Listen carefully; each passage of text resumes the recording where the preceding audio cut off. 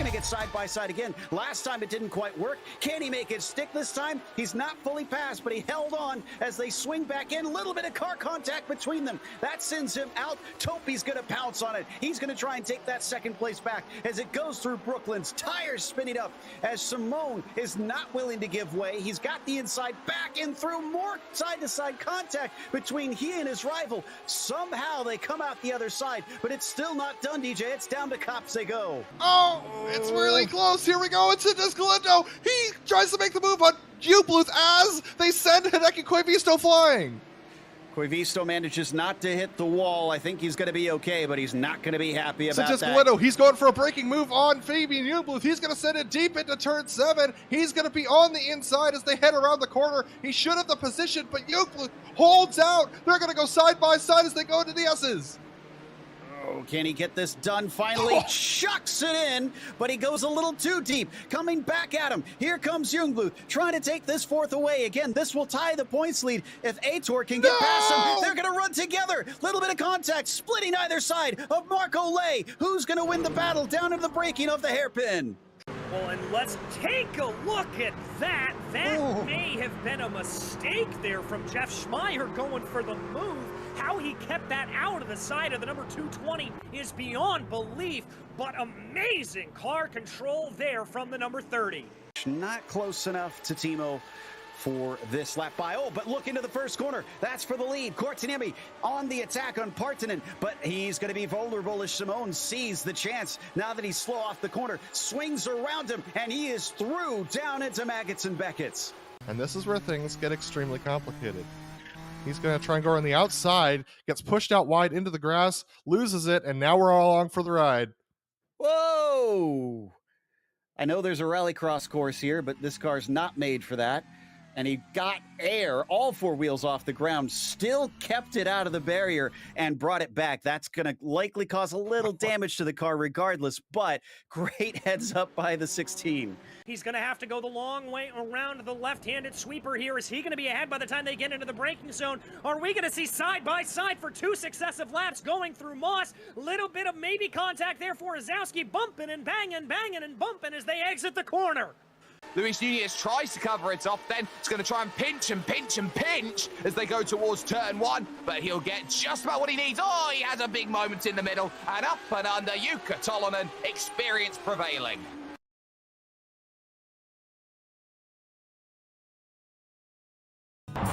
Good morning, everyone. I'm going to ride around the world. I'm Mick Claridge, and I'm going to ride around the world on my bike. My son, he gave me advice at the start of this ride, and he looked at me and just said, "Dad, don't be a moron." Let me do my animal signal to gain their respect.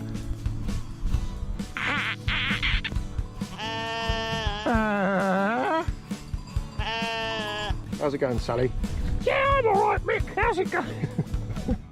Worse than that bit in Lord of the Rings, where they go into the top and the spider's in the tunnel. I'm just hoping there's a spider at the top of this one to kill me. Freezing. And I failed. I moroned up the ride.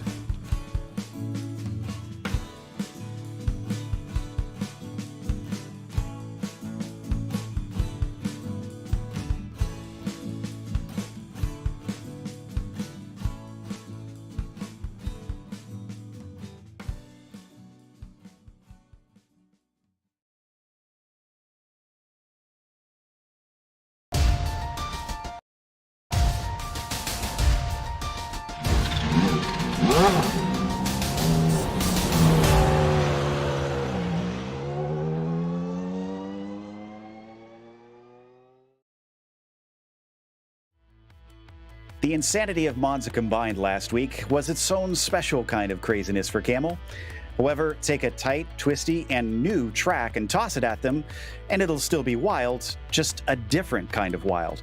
But the uncertainty of this new challenge probably brings trepidation amongst the drivers. Who will heed the warning to play it safe? We'll find out soon as we get ready to watch round 2 of the Camel GT series, and you'll see it all live here on the Global SimRacing Channel. Hi, I'm Joe Peak, and with me in the booth is Adam Lindgren. Behind the scenes is our director, Zach Johnson, and he's using cameras provided by Dougie Beer. Oschersleben is one of the latest additions to iRacing's impressive catalog of circuits. Let's head to our track guide to find out more about it.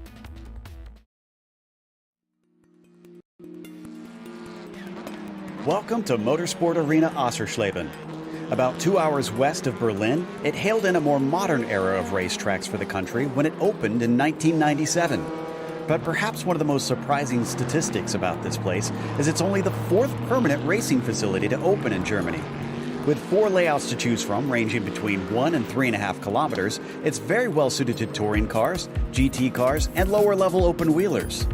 Hotel and Turn 7 are 2 notable corners due to the fact that they each offer more than 180 degrees of rotation. However, Hotel is the more famous for its tighter, slower version, causing all kinds of headaches on race starts when drivers inevitably slow to a crawl trying to navigate it.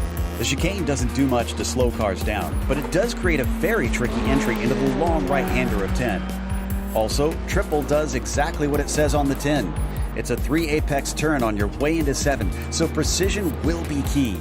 The front stretch and back stretch are nice long straights to get the car going, but both create dilemmas with difficult corners for overtaking at the end of them. It's a lot of tightly packed, technical and twisty circuit shoved into a small footprint. But much like the layout, this venue offers a lot for a little with its great racing.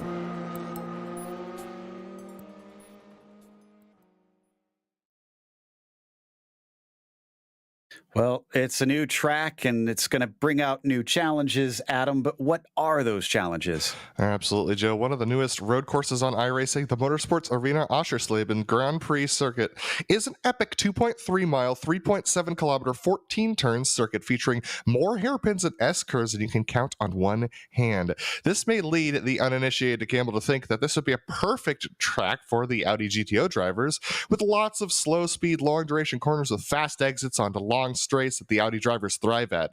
And it would be perfect for them if this wasn't a multi-class race. See, the Nissans joined the fray, and while it will be hard for them to get the big wig machine to keep its rear tires from overheating due to all the aforementioned switchbacks, the many straights and high-speed S-curves will lead to a blistering lap time a good 13 seconds faster than the Audis. And therein lies the problem, a massive lap time difference, correctly indicating a massive difference in cornering speed through the high-speed corners. It'll be everything the Nissans can do to keep from shoveling the Audis off track through the triple chicane Shell, Amman, and Bauer, and the Audis will be hard-pressed not to give the bump and run to the Nissans through Hotel and Hasseröde. With such a new track to everyone and the crazy time difference between classes, today will be like most days in Camel, Joe, I have a feeling. Survival. Yeah, I'm pretty sure that's going to be a key word for a lot of people out there. We'll see, though, who has decided to pay attention to that aspect or not. But I believe we have points from last week up and ready to go. And Hugh Haycox is currently leading the way, having returned. Timothy Reed followed him home in second, with Dylan Roberts coming home with a bit of a unassuming third place. Fabian Jungblut just outside the podium.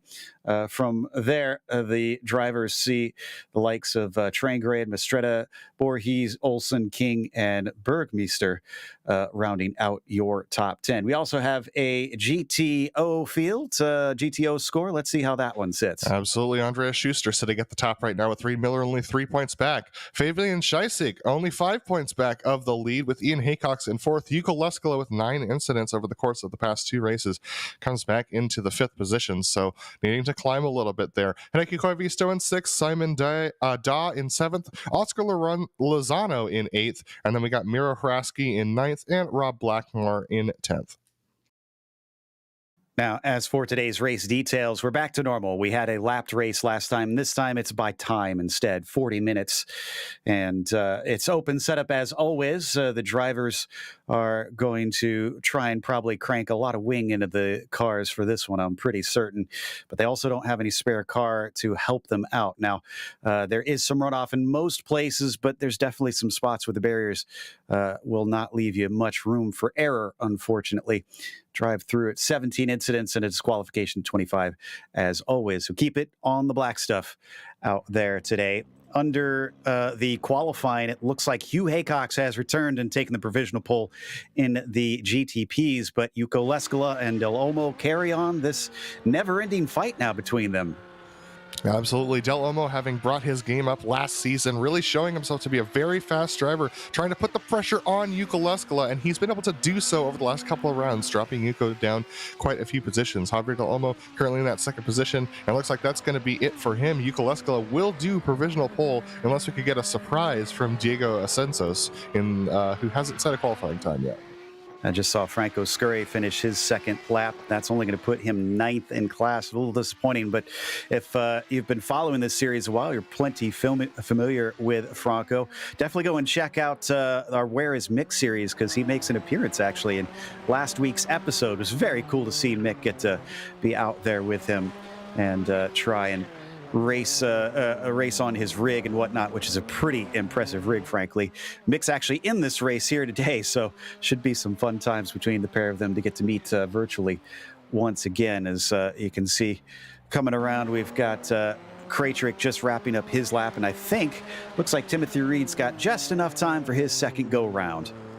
Absolutely. Timothy Reed now coming through really the first sector of the lap after he takes this left-hander, well, realistically two left-handers, starting into the second sector. This is where it's going to really be the coming together for the Audis and the Nissans, is going to be through these corners. It's this long hairpin that goes into this switchback here. This really is going to create problems for the Audis because they're going to be very slow through there. The Nissans are quite quick. So Timothy Reed now powering out. He's going to hang on to the middle of the track there. He doesn't look like he's necessarily on a quick lap, maybe just putting in another banker, because that was not necessarily the most optimal racing line.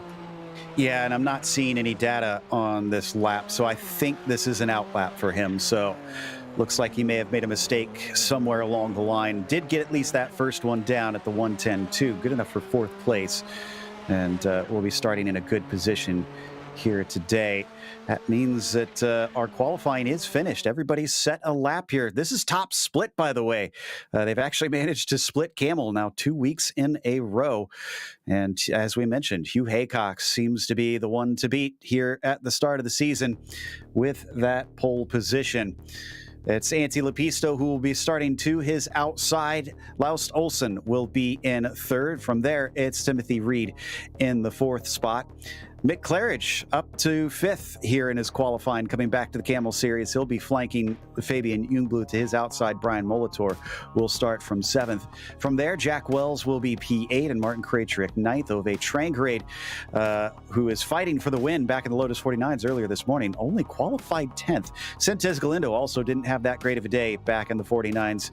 He'll start from 11th here. Diego Mastretta 12th will be followed by James King in 13th.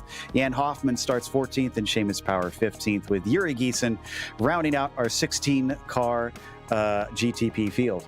And then we've got Yuko Leskala on pole with Javier Del Olmo lining up in 2nd for the Audis. Matthijs Havdal on row 2 next to Niels Kor, who joins us once again. Reed Miller's going to jump in for 5th position with Timothy Vaughn in 6th. We got Fabian Scheisig in row 4 with Ian Haycox lining up 8th. Not a great qualifying for Ian, unfortunately. Franco Scurry gets his qualifying time for 9th, and Jamie Hamill-Smith rounding out your top 10. And then we've got Emerson Gaudin in 11th with Jan Volmers in the 12th position. Daniel Repetto is going to be the last driver to set a qualifying time for the Audis, and 14th goes to Diego Ascensos. That's our 14 Audi drivers and our 30 drivers in the top split today. And I'm pretty certain with as short as this lap is, 30 drivers is going to be plenty. There's just not that many long straights around this circuit to help them out as we wait for them to finish gridding up here today. So I know it's a question mark, but I feel like from what I've talked to other drivers who have raced already this week at this track, it does sound like some chaos is to be expected, Adam. Oh, I mean, I would expect chaos on a new track, regardless of whether it was Talladega or this place, honestly, Joe. I think it's just really has to do with it really just has to do with the fact that a new track is a challenge for everybody. But 13-second time difference between our lap times around here, that's going to be hard-pressed for everyone to be kind when it comes to lapping one another. And I think you're going to see a lot of the Nissans probably trying to bite off a little bit more than they can chew around here, if I had to guess. Well, we'll watch them, hopefully not chewing, because hopefully they're focusing on driving on their cams here today. Laust Olsen is going to be giving us his perspective from third. So we'll see if the pucker cam gets pretty tight here today. And then Cam Porter is back with the rocker cam as well. And he looks pretty calm and collected on this one. And then Ian Haycox returns once again and has a very good close-up for us, and also shows us his pedal cams as well. So big thanks to Ian to rejoining. One of these days we'll have to get Hugh to set up so we can have a father-son webcam duel going on between them. This pace lap should hopefully make very obvious just how twisty this track is, because you can see here coming out of that long corner, and then it's just this short spurt, and they're already into another long corner. Yeah, they packed a lot of track, a very long track, 2.9 miles, into a very small footprint. I think it's about a mile, I think, across on the long end. So it's really, really intense. Now, taking a look at the weather, it is pretty chilly out there today, actually. 64 degrees in the air with 67 degrees on track Fahrenheit. We got 19 degrees Celsius for those across the pond. Wind, I don't think it's going to be a factor with how short the track is, but it is high. 7 miles per hour out of the west, 12 kilometers per hour. Humidity at 66% won't be a factor around here either, but yeah, I think the weather's going to be pretty ideal for these guys, but they're going to have to be careful not to burn off their rubber because of how cool it is. It's going to be very, very tempting to push the cars too hard in this opening stint. Absolutely, and you can see them heading around what might wind up being one of the more critical corners there, coming out of the chicane onto the backstretch. Now, the thing that strikes me about this track, though, Adam, is this run on the backstretch and then on the first, the front stretch down into Hotel. They're the longest straights, but neither's really into a good place to pass, at least not a heavy braking zone. No, they both go into kind of medium speed corners, and we've seen over the course of all racing how challenging it is to make a pass like that unless you get a good run and can get the pass done on the straightaway, because you're not going to get it done into braking, and it's too dangerous. You lose too much time going side by side through those medium speed turns. So the best places to pass realistically are out of turn one, quite frankly, into the second of the two hairpins that start off the lap. And then after that, honestly, you're kind of waiting until this turn right here. Yeah, this is down into Zeppelin. Honestly, one of my favorite corner names that I've seen in some time. And hopefully this will give us one of our favorite races in some time as the pace car is off. Hugh Haycox has control of the field, and he is on it early. Green flag is out for round two. And as we fly down towards the first corner, let's see if we can make it through here well. It's known for being a little bit of chaos in its tighter version, but this is supposed to be more open, and 3 wide in the back. Somebody's really aggressive into there. Didn't quite see who made it, but fantastic stuff. Let's head to the GTOs. GTOs started out well, and Javier Delomo taking a peek on the inside of Yuka Lesko as they enter turn one, but a pretty clean start from the beginning. But I can report Ian Haycox and Emerson Gaudin have gotten together. They're off in the back right now trying to recover, so unfortunately for them, their race has started out very poorly. Well, Elway Trangarate goes around as well. And it looks like he's able to get it going, but he was way off the course in what looks like the exit of triple. So I'm not sure if he actually got the wall there, but he's out ahead of the GTOs. That's the good news, at least, that maybe he can pull away from them. Up at the front of the GTPs, Haycox leads Lepisto, leads Olsen for your top three, but Olsen's being tightly chased by Fabian Jungbluth. Yeah, the GTPs are really pushing hard. They're battling each other back and forth. The GTOs are actually being pretty kind to one another over the course of these laps. It looks like everyone's still trying to feel it out. Fabian Jungbluth goes around. Oh, just touched the grass coming off of Zeppelin, and that's going to send him almost completely to the back of the GTP field. Thankfully, again, avoids hitting the wall. So we've had some early dramas, but I haven't seen too much that has ended anybody's race. Everybody's still running. This is the leads of the GTO with Leskala ahead by about 0.7 of a second. Yeah, absolutely. Javier Del Olmo in front of Matthias Hovdal, who's having a little bit of connection issues. But let's take a look at what happened to Ian Haycox and Emerson Gaudin, because this is the one that we were not able to see on screen. So let's see what happens with these two. So it's into this corner where things tighten up. And yeah, I mean, that's just typical first corner here. Unfortunately, neither of them hit the wall, so they shouldn't have too much damage. But yeah, absolutely typical first corner, and that's the problem with trying to pass into these medium speed corners. It tightens down so much at the apex, and I mean, Ian Haycox has got us set up for that hairpin, so he's not going to want to give any room, and just came together. So here is off into the grass. Oh, he just over, I think, cold tires and didn't anticipate the grip. That is a hard hit for the 21 of Ove Trangerade. He's going to have major front right damage that's going to be affecting him. And here is Jungbluth, the other Fabian Jungbluth, just getting onto that AstroTurf, clipping the gravel just a tiny bit, and knocking over that DRS sign. So you can see just avoided swinging back across into the concrete, and he's actually still running 14th, so he didn't go completely to the very back, but has a lot of work to do, no doubt. Look at the gap that Haycox has put over Lepisto. Now, that was important last time when they were at Monza, and he wanted to break the slipstream. Not really a concern here. If anything, this is just demoralizing. Yeah, absolutely. So Hugh Haycox putting that 3.3 second gap on Lepisto, and Laus Olsen holding well with Lepisto. He's talked about consistency over the course of all of last season, and it's been improving a little bit, but as long as he can stay consistent here on the back of Lepisto, he's got a good top 3 in hand. Watching with Laus Olsen, he's about half a second behind Lepisto here, so they use up as much of the track as they can, but couldn't quite make the apex. Laust apparently turning in a little too late there as he comes to complete lap 3 at this new circuit. And you can see Hugh Haycox setting the fastest lap of the race ahead of them all, just zipping away from all his challengers. And Joe, he was almost a second faster than any other competitor, so Hugh has absolutely been putting in some practice around here. It's certainly showing. And it's a little bit closer back in the GTOs. Del Olmo is within about a second of Leskala, but I think he might be worried about what's behind, because Havdal, you'll see third car in line there, is within about 5/10, and is making sure that that orange and white machine is not able to rest on his laurels. Beautiful new paints for all 3 of these drivers this season. Niels Kor 2.5 seconds back of Havdal in 4th position, so it really is a battle between these 3 for the lead of this race. And I think Del Olmo is just trying to keep in touch with Leskala while keeping Havdal at arm's length. But yeah, absolutely, 1.6 seconds covers the 3 of them. So as we fly around through Hasarora, is going to get on the throttle once again. Curious to see what it's like with these GTOs heading through triple. Such a long corner, and it bleeds you right into the next corner that just has this weird chicane entry once again, and then having to drag the car around this long, more than 180-degree right-hander.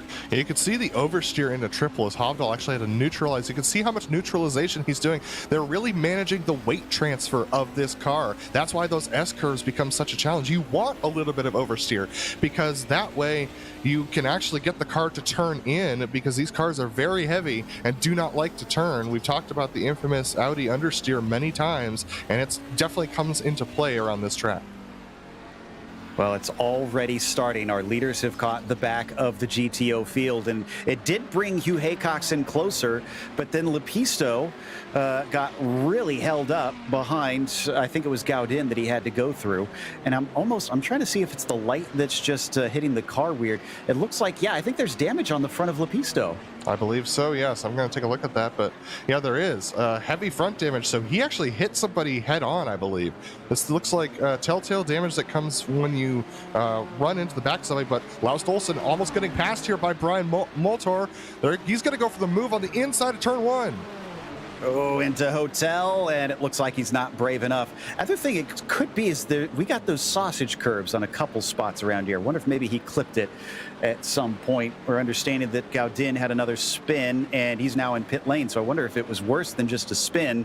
I'll check on that in a second, but man, the last step on the podium in the GTPs is very much up for grabs. Absolutely hotly contested between them as well. I can also report 9th position under heavy contest between Kraytrick, Mastretta, Power, and Jungbluth. As oh, blinking car! Oh, contact between Timothy Reed and Mick Claridge. That's going to put a dent in the front of Timothy Reed's wing machine, but I think he's going to be able to hang on to it. This brings Mick Claridge back into it.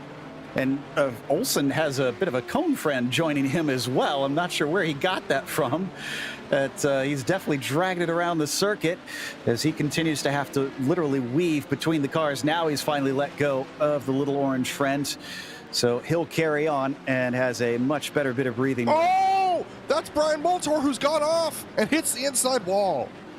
Can give you an update on Gaudin. Unfortunately, he had contact with Mistretta, but just got hip checked off the course. I think maybe he decided this race isn't going well and is going to park it for the afternoon. So back on the track as Molitor finds his way on the circuit himself. And oh my goodness. Look at the chances they're having to take in that. That is Seamus Power, who somehow catches the car. That was impressive there from the number 9 machine. Wow, that was Fabian Humbluth actually who went around the outside of everyone. Now look at this. Ian Haycock's just trying to race his own race. Everyone really getting held up behind him as he's just trying to run his own line because the line switches so many times over the course of this lap. But fourth position for the GTPs. Oh, we've had a spin as Timothy Reed, who's gotten spun by Aitor Sintes Galindo, who's also trying to recover. Oh, so our current champion. Oh, and something's happened to Hugh Haycox because Antti Lepisto's right there and trying to take the lead. Oh, no! He runs into the back over the GTOs hard, and that's going to send him into the wall. Fabian Seischeg, unfortunately, is punted out into the tires.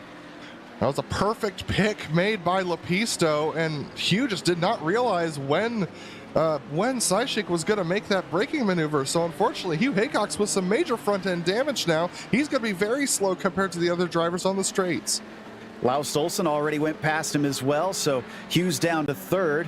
He's about 2 seconds behind Lepisto. Let's take another look at it. I'm honestly a bit shocked. It's not like he got caught out by surprise here. He could see that car in front of him the whole way down the straight. Yeah, and also he has to realize that the other car's going to have to fall in line because these Audis can't take that turn with downforce. He's going to have to fall behind Reed Miller. So this is what slowed him down here. He almost spun it around. He gets off into the sand trap and loses those 6 seconds he had. Wow. Okay. So back on the track and unfortunately right from the frying pan into the fire for his case. Oh boy. He seems to have the pace, and we'll see if he can use it here, especially with the damaged car. P8 in the GTP is very tightly tucked in behind Jan Volmers in the GTO. They're all going to get into a little bit of a tussle here as they get onto the back straightaway. There they go, 3 wide it's going to look like as they head into one of the S-curves. Oh, they get it sorted out, just passing up Volmers, and that's going to be the likes of Mistretta at the front of him. He's already had contact. Oh, Hugh Haycox is into the pits. He's decided to take it into the pits, Joe. And he does not have a black and orange flag, so I think he's going of his own volition. So must have been very, very damaged in terms of speed around the lap. Also, we saw him get overtaken by Mick Claridge, who moves himself up into third with that overtake. Back to the battle for P8 now between Seamus Power, Jan Hoffman, Yuri Geisen, and Aitor Sintes Galindo. A very good race between these drivers as our leader, Antti Lepisto, 1.5 seconds now ahead of Laust Olsen in second. So Lepisto looking to rack up another victory to his name as we watch Power.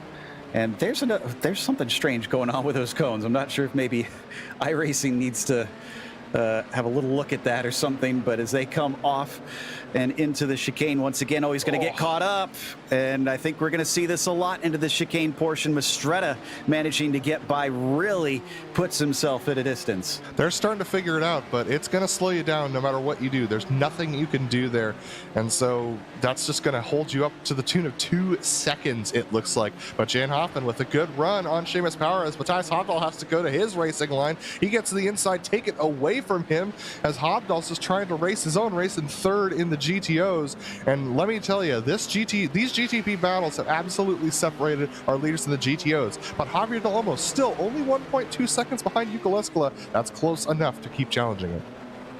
Sintes Galindo kind of poking his nose out there for a bit, but then decides against it. And, well, with a unique corner like this, you can see there's a lot of different lines to take. Just about everybody taking their own route through. And that's hovering to almost second place in the GTOs, as that is Seamus Power, who goes off track, unfortunately over-braked himself into that hairpin.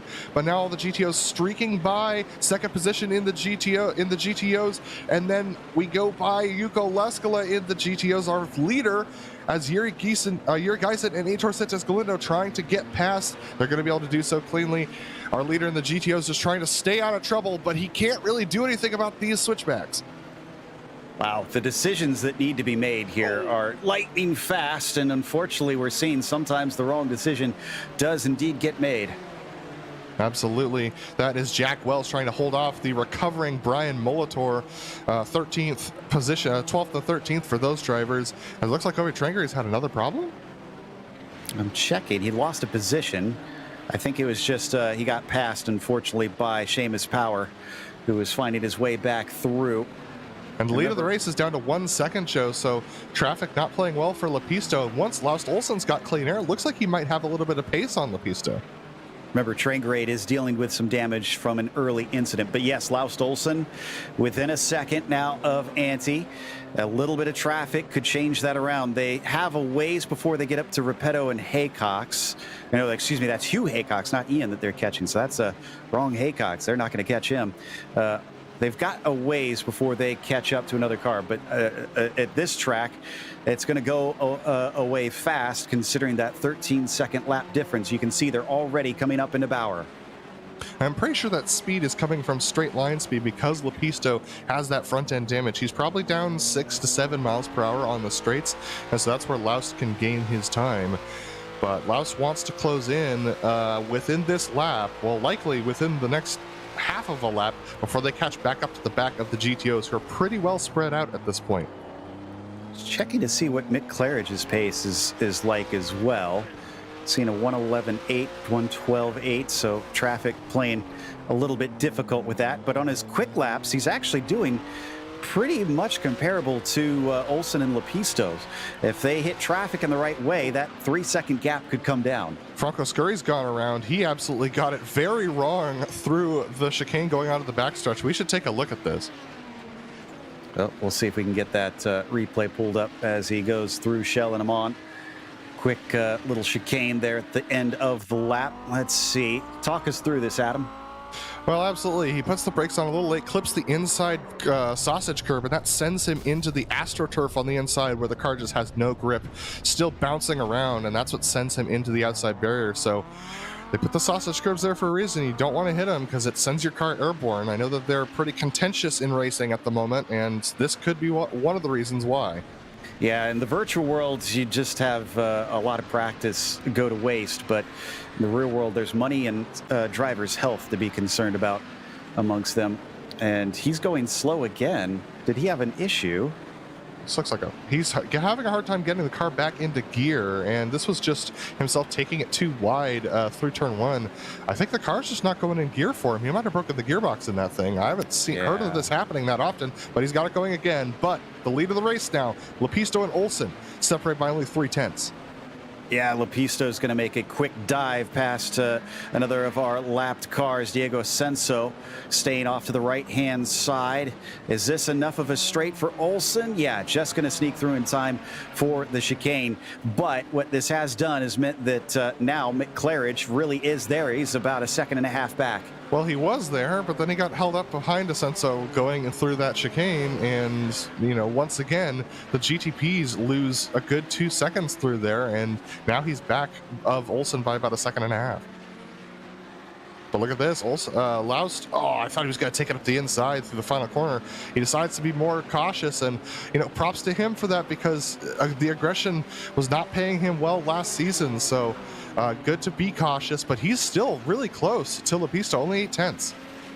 Yeah, I got a feeling that today in general, giving that caution is going to really reward the drivers towards the end of the race. We're only halfway through. Granted, we have only had one retirement, and that was Emerson Gaudin, but there's a number of quick drivers that probably should be farther up the order. Oh boy. Joe, they're going to catch these two GTOs at the worst possible time in the lap. If Lepisto can get by both of them, he's going to be able to streak away from Laust and Mick. Mick right on the back of Laust Olsen now. I think Lepisto's going to be able to get by before the next chicane. Can Laust do the same? He's going to have to try. He can't. Lepisto's going to be free and clear, and Mick Claridge is going to be right on the back of Laust Olsen for the backstretch. Yeah, so Lepisto gets a free pass, and now Olsen, under threat. Here comes Claridge. He's going to risk it. Looking to the inside, down into Shell. He's touches a little too close. Olsen gets shoved off the course, and he's the second car that's in the tires out of Shell corner now. And that was completely unnecessary for both. I don't know why Mick moved over so much. He was trying to squeeze Laust and give himself the best opportunity through the chicane. But unfortunately, it took out both of them, though. Yeah. So James King now is the one in second place. Martin Krajcik is in third. King started this thing in 11th out of 16 cars. Absolutely. So King able to get past Jamie Hamill-Smith and Fabian Seischig. So fortunately, he's able to be free and clear. Krajcik's going to get held up back there. Now, one thing I want to report on, Joe. The lead of the GTOs is starting to close up. Yuko Leskola is losing time to Javier Del Olmo. Javier Del Olmo now within 8/10 of Yuko Leskola going on to the backstretch. Javier's been doing a really good job keeping himself tucked in with Yuko Leskola. Yeah, and looks like Hovdal just unable to hang, so leaves him to just worry about the car in front, not have to be concerned about what's behind his Molitor. Well, oh, no. Molitor's into the wall. Strange place. It must not have been driving right there because he just veered off suddenly after that wreck. So there is your leader, Leskola, right now, multi-time champion. Didn't manage to take the championship last time out in the GTOs, but he already is pretty bound and determined to change that around. Unfortunately, couldn't get the victory at Canada, but right now he's sitting pretty. Yeah, he lost it to this man in second place, Javier Del Olmo, last season, just due to a lack of consistency from Leskola. Leskola had the pace on Del Olmo over the course of last season, but just couldn't put together the races to make it work. And now Del Olmo has gained the pace that he did not have on Leskola last season, which is going to make Leskola's vie for a championship even more challenging this season. Third place, changing hands to the GTPs. Jungbluth passed Krajcik.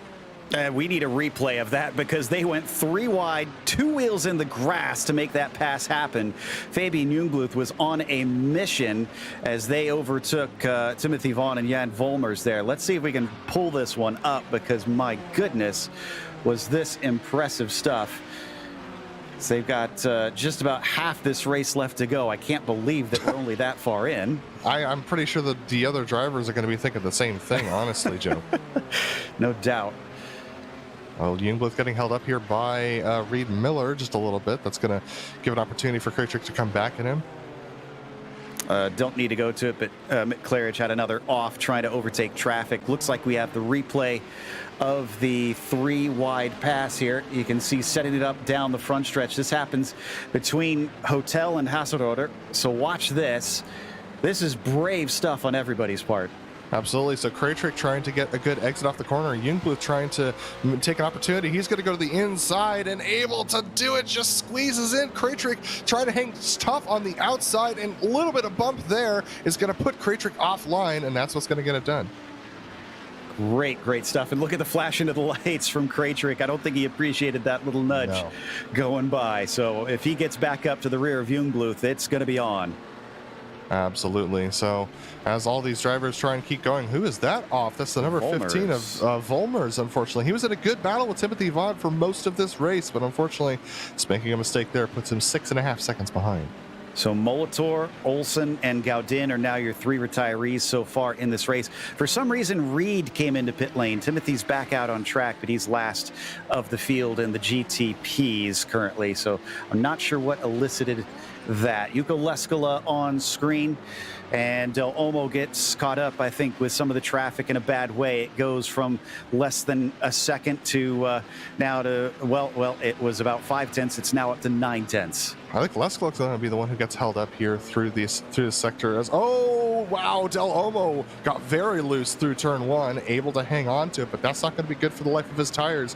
One of the things that is Jukka Leskala's Achilles heel is tire preservation over the course of these races. Historically, he has been harder on his tires than other drivers, and that's often how drivers have been able to pip him for wins. But if Del Olmo keeps making slides like that, he's not going to have that advantage over Leskala in these closing moments of the lap. Certainly not. There is Krajcik trying to pick his way past, and he's eventually going to use that downforce around the outside. He lost 4 seconds to Jungbluth through that. Oh, that was Jukka Leskala going through the infield. He's going to have to serve a time penalty. This could be Javier Del Olmo going into the lead. It is. I can confirm he got a slowdown penalty for that, and he's going to try and defend the inside as best he can as they head into the corner. He's got a nose ahead. It switches back to the other way around, but no, carrying way more speed. Leskala will not be denied. He'll have the inside into Bauer now, and somehow he retains the top spot. I'm sure that iRacing is going to take a look at that time penalty because that didn't quite serve Javier Del Olmo enough. I'm sure Javier Del Olmo wish it was longer, as we see Heitor Sintes Galindo and Yuri Geese still fighting one another as they go into turn 1. They've been fighting this entire race. This still gives an excellent opportunity, I'd say, to the number 8 here. We'll see what he can do with it as they fly down towards Hasselorder with 17 minutes left to go. And I don't know, that penalty seemed like he had to serve it. I think it was just, unfortunately, everything was happening around Javier, and he couldn't quite capitalize when he needed to. So as they come through triple, wonder if maybe he could try and get a better launch off that chicane this time. He knows he's close. He knows he'll have at least a hint of the slipstream, but he's going to need everything. Javier diamonding the corners as he needs to try and get this car to go fast. Jukka Leskala able to nail it this time around through the switchback. And here comes Mick Claridge to make things interesting. Claridge should be able to get by both of them by the time they get through the braking zone, but it's going to cut off the inside from Jukka Leskala. Yeah, that was a bad line, and that allows Del Olmo to really get on top of him now. If he gets a good exit out of Zeppelin, he can maybe get ambitious down into Hotel, but he can't really dilly-dally on this one with what we've seen on the difficulties of passing. I think he's got to pounce as soon as the chance arrives. Absolutely, and that chance is going to have to come from traffic because Javier Del Olmo has been able to keep pace with Leskala. He's just not having enough of he just doesn't have quite enough overspeed to make the pass around this extremely technical track. Sticks with them as they go through Hotel, long ways around, back to the second hairpin now. And as this is happening, I've been keeping an eye on James King, and actually King's going to get held up right now. Jungbluth could have a good shot coming down the backstretch. Here they are on your screen. That is James in the pink and yellow, Jungbluth in the blue and white, but Jungbluth is not willing to risk it. He's going to stay single file. What about this lapped car? Absolutely, that was Daniel Repetto who just held up James King a little bit, but Jungbluth takes a wide line through the corner because he was worried that Repetto would be on the inside, but unfortunately that's got to keep him from making the pass on James King. So he falls back, Fabian Jungbluth in third place, threatening to take second away, but this is all nothing on Antti Lepisto, who's about 4 seconds up the road now. But as we've seen, they can't always be comfortable based on how the traffic hits you. This is a great run out of the first couple corners here from Jungbluth. He decides not to try and show his nose. No, it's not quite time yet, unfortunately, for Jungbluth. He's got to keep his head down, try and keep the pressure on James King. If he wants the second position, he's going to have to work hard at it. Not a lot of traffic for them to deal with at the moment. No, they've got one of the mercifully clear bits of track, which I'm sure is becoming more and more rare. But again, we only have 3 retirees so far. So the 27 cars that are spread around have not really lightened. And man, that was big stuff there coming out of Krajcik to try and get himself away from the challengers. Absolutely. Mastretta trying to stay ahead of Hoffman now as Hoffman trying to make a recovery from that spin we saw earlier on. Looks like Mastretta's going to be able to hold off Hoffman as they go through the Whiting sweepers. Say, now finish off the lap. He's Joe, right on top of him. Del Olmo is really putting heavy pressure on Jukka Leskala. Jukka's starting to blanch a little bit here. Ooh, can he get a mistake out of the fin? That's not easy to do. He does eat up the tires, but Yuko's also such a cool, collected character normally. And I wonder if he can actually find cracks in this armor. Yuko's been struggling a little bit to get the nose of the car turned into these corners, and Javier Del Olmo's already been diamonding for about 10 minutes now. So that means that he's figured out the strategy to get that working. Del Olmo locking up the inside tires as he's trying to put the pressure onto Yuko Leskola. Hugh Haycox might be an interesting place here to make a pick on Leskola. Let's see what happens. And Hugh's not battling anybody. He's just trying to chase the field and get back in. It does put them slightly offline, but I think that was very minimal the way he affected that. Thank goodness. I'd love to see this be a raw fight. Absolutely. So Leskola able to keep going, but look at Del Olmo. Through this sector particularly, he seems to look better than Yuko Leskola. Diving it down to the inside, you can see he's late apexing this corner to try and get more speed off of it, and is able to do so. But Leskola this time around able to put more power down. Del Olmo a little shallow into this long sweeping left-hander, and now onto the brakes once again as they go through yet another one of the hairpins on this track. So many hairpins out here. And Yuko Leskola, this is where he's the strongest. He's found that limit that you can put on the inside of that AstroTurf to make sure that he doesn't get a slowdown, but gets the fastest speed on the straight. Yeah, he's trying every trick in the book here, but it's going to take a lot, I think, to get one over on Yuko Leskola in this final quarter of the race coming up in a moment. They're going to complete another lap. I'm keeping an eye on this and an eye on that battle for second. They're both kind of stabilized at a distance too far apart to really attack right now. Hugh Haycox retaking the fastest lap of the race in the meantime. Oh, and Kratrik's in some fun. Kratrick absolutely in some fun. He's able to get by. So is Mistretta. This is going to hold up Hoffman a little bit, as Hoffman and Geisen are going to try and go by as well. Such chaotic battles going on as Sintes Galindo's trying to make a move on Geisen. Can't quite do so. This is going to put Ian Haycox in a pick position. Wow, Geisen just up the inside of Ian Haycox, takes away the line, but Galindo's going to be able to streak by as well and keep this battle close together. Yeah, it almost cascaded down through the order. The battle just kept moving backwards amongst this group. We watch from the perspective of Ian Haycox as he sees them run away. And for those that are new to this series, side by side in front of him, that's going to be the long way around from Sintes Galindo, and he makes it stick. I was going to say, for those new, that 1 foot is... Oh no! Track blockage in front of them. That was Martin Kratrick, Diego Mistretta, and Fabian Seischik again. That was bizarre. And they're very lucky that they got through that. This was contact between Mistretta and Kratrick, as Mistretta came off got on the gas earlier than Kratrick as they were tucked in behind a GTO. There was just enough space that opened up for them. Watch this. This is incredible stuff. So this will happen out of turn 1. Between this pair, and then we'll want to switch over to the view of the trailing cars. Oh, there it is. Quickly. And there's the contact with Seischik. Look at that! That was a very, very dangerous moment there from, I believe that was Geisen who stuck through. Or no, that was Jan Hoffman who snuck through there. Yeah, both Geisen and Sintes Galindo also managed to find their way past. But what I was trying to say earlier is that 1 foot is the 1 foot that Ian Haycox has been had lost that leg recently in an accident and has gotten back in the car and is back into racing with a modified rig and has been honestly doing very well. Oh my goodness, Mick Claridge just went around and Ian Haycox just barely dodged that. I could not believe how close that was. Wow. Boy, speaking of Ian Haycox. Yeah, has had a lot of excitement here today. There is some damage on the front of the car, which may have been from the opening incident, honestly. But here is Claridge having... Did he just... What was that?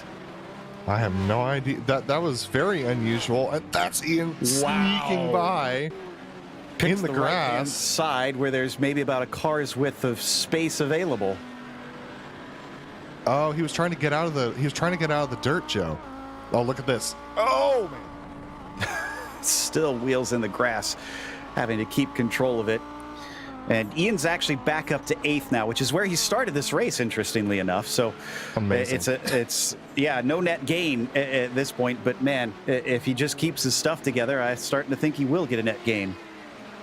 This is HR Sintes Galindo, who's being chased by, oh, that's Ian Haycock's. So HR Sintes Galindo being chased by Yuri Geisen. Yuri's had a very storied race. He's been around most of the incidents that have happened, not necessarily involved, but around them for sure.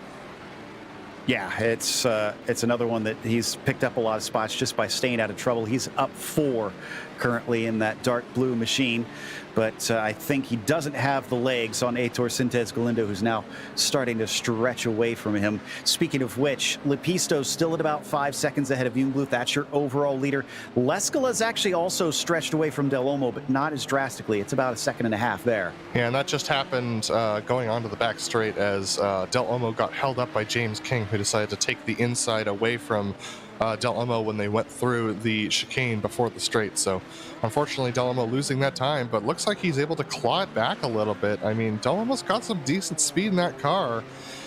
He just can't seem to get a mistake out of Leskala this race, and if Leskala can get that consistency under him that he did not have last season, it's going to be hard pressed to beat Yuka Leskala for a championship. It will, but we've seen that Javier just racks up those second, third places time after time. So I wouldn't put anything past him. And Yuko did get a 5th last time. So we got a car off track. I'm trying to see who that is. Daniel Repetto, then the 25, unfortunately. So, and this was a self-inflicted incident. Actually, both him and he chased Franco Scurri off the track and spun himself into the inside grass. Oh, well. That's not going to make friends, unfortunately. 7 minutes left to go now just to survive this darn thing. Lepisto, he lost a little bit of time, but he can afford to give some of that up now as he's down to 3.5 seconds over Fabian Jungbluth and not James King. So that one has changed hands. And Jungbluth has taken I think 2 wins is his current stat. And is this Mick again? Looks like it. That would be Mick, yeah. Oh, and he's parking it. I think he's calling it a day. Unfortunately, the 6 car is going to have to end it. He's just been in too many incidents here and is going to try and get out of the way of the others. Well, so back to Lepisto once again. What kind of traffic does he have in front of him? Not a whole lot of cars. So this is actually looking pretty good up ahead of the number 3 for now, but never say never in this series. Yeah, for the benefit of the GTPs, pretty much all of the GTO battles minus the lead have separated by in fact, not almost all of the GTO battles minus the lead have separated by over 5 seconds. So this gives the GTPs plenty of time to strategize how they're going to get around the GTOs. So at this point, any contact between a GTO running into a GTP is not going to be looked on very highly by the community. Definitely not. So Claridge becomes our 4th driver to retire. 5th, actually. Diego Mistretta is also out today. So down to 25 of them left. Much better than I thought it would be, if I'm honest. I'm very glad that these guys, despite the chaos, have at least been able to keep on racing and give us plenty of action. And honestly, there's been some impressive racing to counteract some of the more silly moments today. Absolutely, and to be honest with you, there have been a couple of overeager and possibly impatient moments from the GTPs today. But to be honest with you, the overall approach of the drivers to this track has been aggressive and impressive.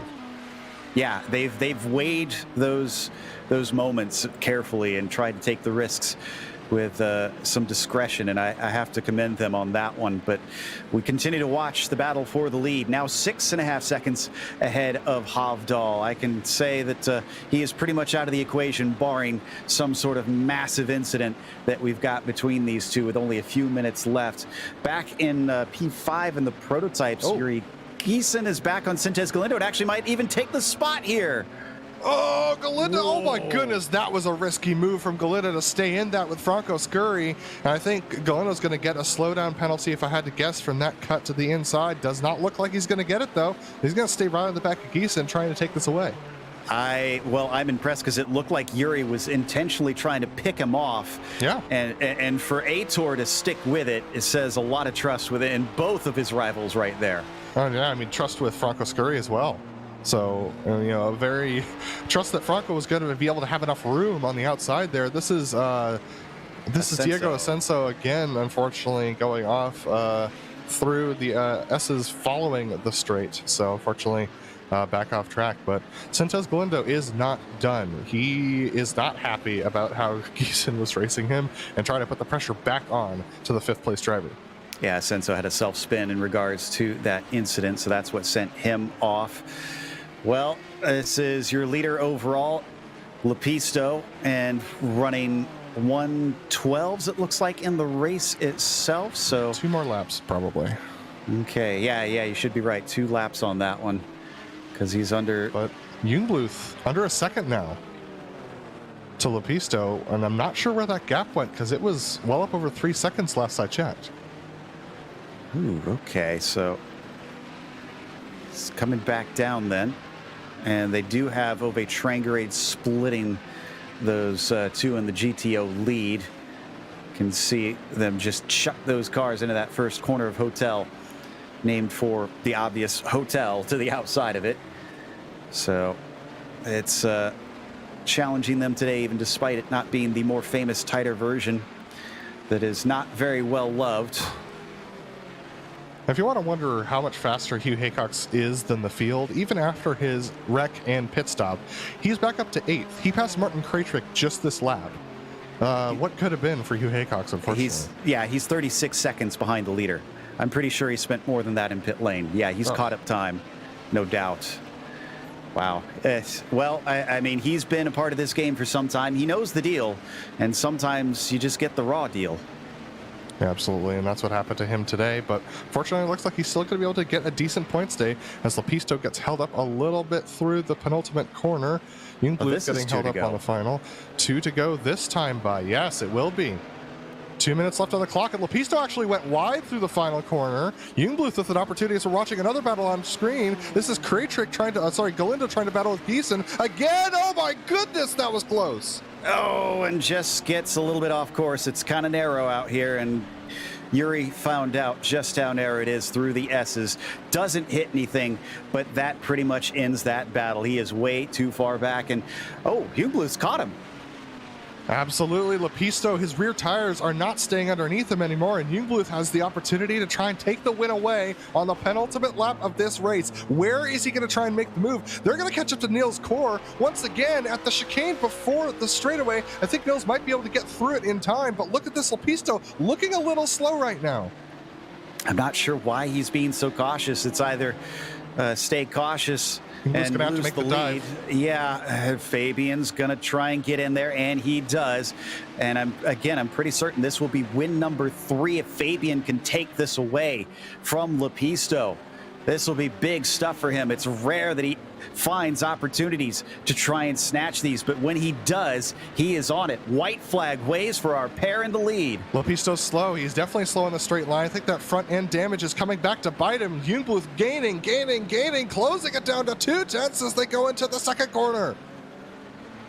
He's going to have some opportunities, and especially with traffic coming up, they are going to be there. It's not just Ascenso, but Hovdal's in front of them as well. Ascenso's going to stay out of the way as they weave through Herrera and then come down into triple. They're going to catch Hovdal, I think, in one of the more tricky parts of the track. So where's Lepisto going to go? What decision is he going to make? He's going to have to try and go on the outside around here. He can't. It's going to have to be the inside. Jungbluth tries to stick his nose in, but Lepisto runs the racing line, holds both of them up. Lepisto's going to get by Jungbluth, takes the dive, goes over the curbs, and that's it.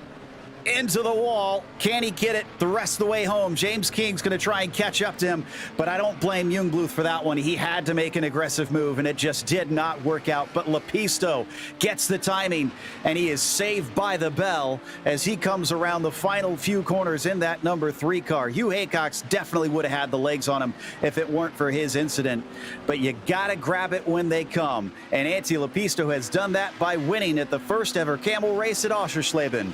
And Jungbluth making the move, the only move that was left open to him and unfortunately just didn't pan out today, comes home in second. Looks like Lesko and Del Olmo might be the only ones on the lead lap here, because I think that was Hovdal getting lapped. Yes, so we have a 2-car battle for the lead that will have 1 full lap to do it, but unfortunately a 2.5 seconds to make up in the case of Javier.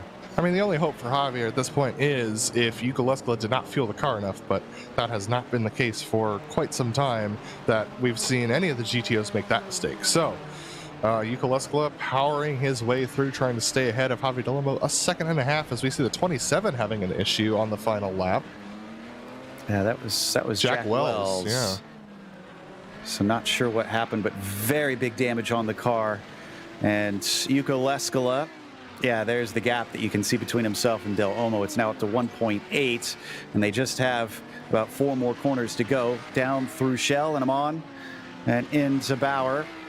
Leskala may have had to settle for 5th place back at at Monza, but here he is going to come out with his first win of the season to try and fight back against Del Olmo. A great win from Yuka Leskala and a good race from Javier Del Olmo to stay tucked in with Yuka Leskala, even when Leskala had no issues. So good driving for both drivers, and it's going to be a race like this for the rest of the championship, I have a feeling. And I figured with these long corners, you'd have some fun after the checkered flag. We're going to have some fun with a quick break and then the post-race show. Stick around. We've got more to come, including the official results here in a moment. Good morning, everyone. I'm going to ride around the world. I'm Mick Claridge, and I'm going to ride around the world on my bike. My son, he gave me advice at the start of this ride, and he looked at me and just said, "Dad, don't be a moron." Let me do my animal signal to gain their respect.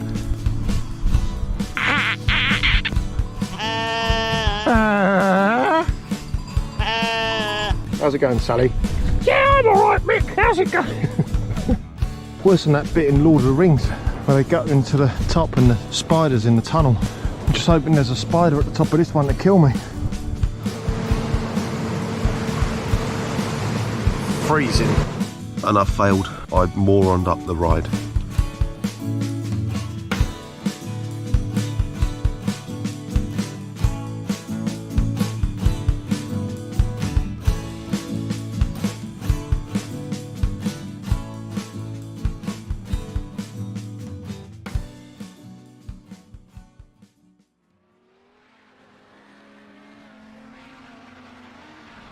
Welcome back to Motorsport Arena Oschersleben for round 2 of the Camel GT series, and Antti Lepisto is the one that comes home with the win this time out, as Hugh Haycox, despite being very fast, unfortunately got caught up in an incident and wound up having to fight his way back through a few of the drivers in the back of the GTPs. Jungbluth was second behind Lepisto. A desperate pass on the last lap didn't pay dividends. James King with, I wouldn't say a quiet third, but definitely was not quite as involved there at the end as Fabian was. Jan Hoffman was 4th as Heitor Sintes Galindo rounds out your top 5. Hoffman, by the way, up 10 positions. Yuri Giesen was 6th as Seamus Power was 7th. Hugh Haycox eventually climbed back to 8th in the end and definitely had the pace to win this if it weren't for his trouble. Martin Krajcik was 9th, and Ove Trangerade rounds out your top 10. Last 2 to finish in the GTPs was Jack Wells and Timothy Reed. Claridge, Olsen, Mistretta, and Molitor were DNFs. And the top 6, the GTOs finished as they were from their starting results. Yuka Leskala taking the win over Javier Del Olmo, but my goodness, starting as they were and finishing as they were, not the story, with Del Olmo putting heavy pressure on Leskala towards the end of the race. Matthijs Avdal able to hang on to a solid 3rd, and Niels Kor, a consistent and solid 4th position for him today. Reed Miller, speaking of consistency, Mr. Consistency, finishing 5th yet again. Timothy Vaughn in 6th position today with Jan Volmers. Talk about our biggest mover into the GTOs, 5 positions up into that 7th position, with Ian Haycox falling back, actually holding station in 8th, even after having a spin earlier on in the race. Jamie Hamill-Smith in 9th position, with Franco Scurry in 10th. Then we got our 2 drivers who struggled a little bit more today. We got Diego Asensos and, Daniel Repetto, and then Diego Asensos was our final finisher in the GTOs, as Fabian Seischig got punted off twice in this race, and Emerson Gaudin had troubles at the beginning of the race. And that's going to take us to our 3rd place finisher in the prototypes. James King up from 13th, and I'm sure he's pleased with that one. James, congratulations on being able to finish on the podium out there. It looked like for a brief while you even were flirting with 2nd. Yeah, thanks very much. I mean, what a race that was. To go plus 10, with a shot of a win if there were issues with the guys in front. It was, absolute chaos, but so much fun. Well, I'm glad you had fun out there because we were curious to see how this track would be for this series with it being so new. Do you feel like it should come back on the calendar in that case? Oh yeah, I mean the Nissan feels phenomenal around this track. I don't know about the Audi, but looking at the way the guys were throwing it around when I was coming up to pass them, it looked like they were having good fun too. So yeah, fingers crossed we get to see this track a few more times. Well, obviously, sometimes you have to take these opportunities when they come for you. But looking forward to the rest of the season, more top fives, more podiums. Do you feel like are feasible for that pink and yellow car? We'll see. I mean, my mantra always tends to be pick my moves with a bit of sensibility, and that definitely paid off today. Same as last week. I was one of the biggest movers again. And if I can keep that up for the season, I'll be pretty happy. I would be too. Well, congratulations. Anybody you want to shout out to while you're up on the podium here? Just all the other guys in the series. They've been fantastic, and all my teammates in RAF eMotorsports. I'm going to try and get some of them in this. This cars might be a bit above their pay grade at the minute, but we'll see if I can train them up. All right. Well, there's lots of people I'm sure that'll be happy to help guide them into the car. That was James King, who finished third here at Oschersleben for Camel GT. And one more to talk to, Heitor Sintes Galindo, current double reigning champion, top 5 today. Yeah, absolutely. Heitor, fantastic drive today. You were battling hard with Yuri Gayson throughout the course of this entire race. Talk to me about how it felt to race out there on this new track today. Well, in 2 words, Kamel GT, ladies and gentlemen. Today was the craziest race we had in a while, starting P11 with the number 11. Well, it was a very eventful race. So yeah, I'm happy for the result. Very, very nice fight with Yuri. It's so unfortunate we had that contact. I think it was ghost contact, but still, it's a shame it ended like that. But still, a very good race for me. Well, next week we head over to a place that has a little bit more time to think, Road America. Now, what are your thoughts heading into that round? Well, it will be interesting because these 2 weeks has been there has been a split on Camel, which I think is unprecedented since I don't know since I've been here in 2019. So very possibly will be another top bottom split, and very probably will be tough and brutal in the sense of everybody will have a ginormous pace. Today was a new track. Everybody was in new track, new conditions. But Road America, everybody has driven there, so it will be very interesting. And I'm actually looking forward to that week. Well, thanks for talking to us, Heitor, and congrats on a 5th place finish today. Thank you, guys. See you next week. That was Heitor Sintes Galindo, who finished 5th in the GTPs, and we got another 5th place finisher. Nils Kor is going to talk to Joe P. Well, thanks for talking to us, Heitor, and congrats. Yeah, Niels, welcome in, and it's currently a 4th place finish here today. So is that, are you happy with that? Because it's where you started, but considering the drama that so many went through out there, it's got to feel like an accomplishment.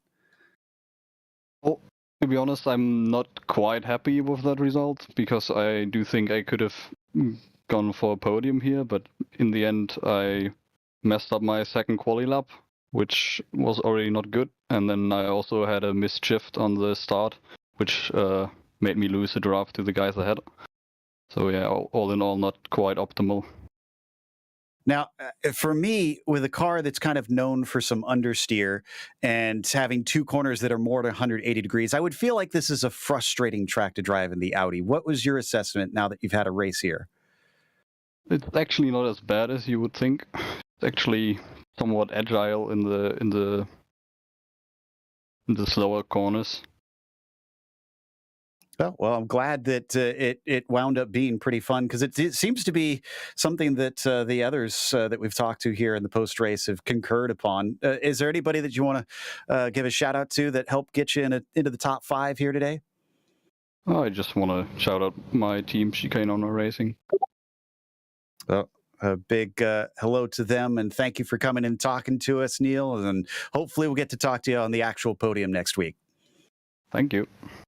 That was Niels Core in the number 5, which is going to close us out here today with a big thank you, first of all, to the Camel GT community for bringing us back for another season of coverage. And thanks to the team today, Adam, Zach, and Dougie. Make sure to check out our social media, our website, and our merchandise store. And don't forget to subscribe to our YouTube channel so you don't miss a moment on GSRC. The next race hopefully will be a little bit better than those first 2 rounds. Road America is a known factor. That'll be Saturday, October 1st at 1 p.m. Eastern. Be sure to check out our other broadcasts that we have listed here. But until next time, race clean, race hard. We'll see you on the track.